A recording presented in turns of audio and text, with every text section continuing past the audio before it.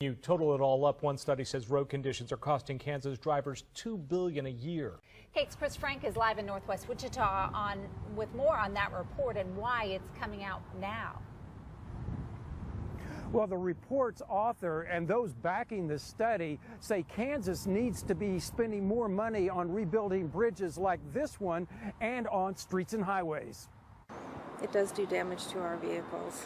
Wichita motorist Patty Arnold says she's quite familiar with some of the bad roads in our area.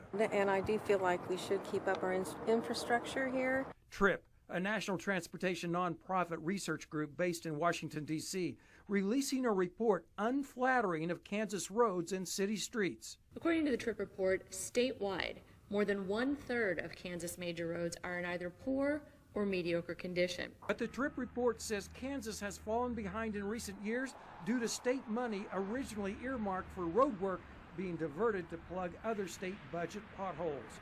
TRIP's report points to the $2.4 billion in highway funds diverted in recent years. And while TRIP's findings paint a dire picture, Kelly says they'll grow even higher in the future without additional transportation funding.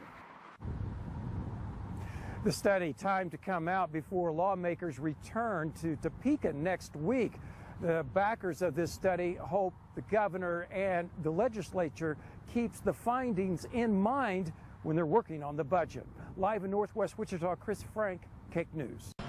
Live from the WDIO broadcast studios, this is Eyewitness News at 6 on WDIO WIRT. Streets in Duluth and roads in St. Louis County are bad, but a new study shows they're worse than you might think. Well, St. Louis County officials are looking for state funding to fix our roads. A new study by the National Transportation Research Group concludes that our roads are likely worse off than most. In the Duluth area, for example, 69% of major roads are in poor or mediocre condition. In 2015, there were 535 miles of state-maintained roads in the area that are in poor condition. Because of lack of funding, that number is projected to increase to 963 miles by 2020. MnDOT says there's an annual shortfall of $600 million for transportation funding across the state, but a state conference committee is proposing $186 million in new funding. St. Louis County Public Works Director Jim Foldesi says even though county residents do pitch in with taxes, more help is needed. Even with the local efforts that we have made, we have not been able to get over that hump and really go from fair conditions to good conditions. And we're looking for the state to provide some of that support to get us there. Well, Bill Bennett is a CEO for a local engineering firm. He says the timing to get the funding is absolutely crucial because this money would be matched by federal dollars. And he says both sides of the political aisle have expressed concerns to improve the area's infrastructure. It's time that our leaders that are at the legislature and the leaders of our state government, it's time for them to come together and actually get this resolved, because we just need it in order to continue on and prosper in the state of Minnesota. And officials are hoping to get this straightened out within the next couple of weeks. Oklahoma City drivers lose nearly $2,200 a year by driving on bad and congested roads. The study by TRIP, a national nonprofit research group, does show conditions have improved in Oklahoma in recent years. The state's making progress, but to continue that progress, you have to continue to support the level of funding that will allow that. The report showed bridge conditions have improved significantly, but traffic and surface conditions still need help. And just recently, ODOT announced it was putting the brakes on a dozen projects and 80 others were on standby after the agency ran out of money. Made the improvements that we could with the resources that are provided to us. This year, lawmakers took away ODOT's source of funding, a possible replacement, adding a fuel tax.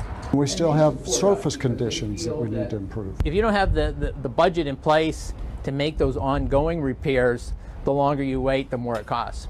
And no matter how much of a hassle your drive to and from work is right now, it could get a lot worse. Yeah, listen to this. North Carolina is expected to grow by another 2 million people over the next 18 years. And a national group says more needs to be done now if we want to get ahead of the traffic troubles then. Our traffic reporter, Ali Warshawski, looked into the report to find out what it means for you. Mornings, evenings, traffic causes quite a bit of trouble in the Triangle. New report by National Transportation Research Group TRIP shows the state has only 17% of funding it needs for transportation projects through the next 10 years. $1.3 billion is spent annually on road repairs by the North Carolina Department of Transportation, but they should be spending $1.9 billion to keep up with expansion projects and road work. 5% of bridges in Raleigh and Durham are in need of repair, and every time maintenance on bridges and roads are postponed, the cost rises. Every $1 in deferred maintenance leads to $4 or $5 in future costs to make the needed repairs to those roads. The TRIP report shows reduced funds combined with an expected 20% population growth by 2035 could cripple both the roads and the economy in the Triangle.